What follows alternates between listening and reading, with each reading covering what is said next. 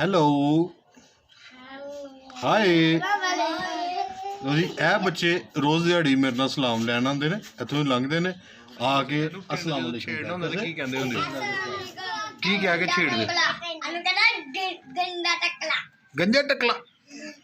ਅਸੀਂ ਜਦੋਂ ਨਿੱਕੇ ਹੁੰਦੇ ਰਹੇ ਨਾ, ਪੜ੍ਹਦੇ ਰਹੇ ਨਾ ਜਦੋਂ ਅਸੀਂ ਸਕੂਲੇ, ਤੇ ਗੱਲ ਸੁਣ ਆ ਠਹਿਰ ਜਾ, ਜਦੋਂ ਕੋਈ ਸਾਨੂੰ ਟਿੰਡ ਕਰਾਉਂਦਾ ਰਿਹਾ ਨਾ ਸਾਡੇ ਜੋ ਕੋ ਮੁੰਡਾ, ਅਸੀਂ ਪਤਾ ਕੀ ਕਹਿੰਦੇ ਰਹੇ ਆ? ਇਹ ਪਤਾ ਕੀ ਕਹਿੰਦੇ ਰਹੇ ਆ? ਇਹ ਟਿੰਡ ਕਢਾਈ ਪੈਸਾ ਢਾਈ, ਛੱਪੜੀਆਂ ਦਾ ਪਾਣੀ ਪੀਤਾ ਮੂੰਹ 'ਚ ਡੱਡੀ ਆਈ।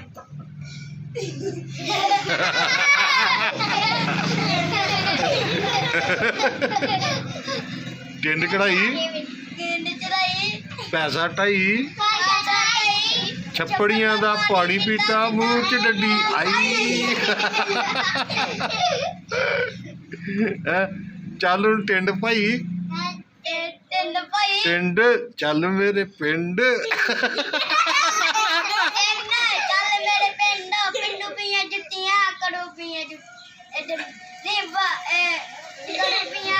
ਫੇਰ ਸੁਣਾ, ਹਾਂ ਹੁਣ ਸੁਣਾ। ਚੱਲ ਮੇਰੇ ਪਿੰਡ, ਪਿੰਡ ਪੀਆਂ ਜੁੱਤੀਆਂ, ਬਾੜੋ ਪੀਆਂ ਕੁੱਤੀਆਂ।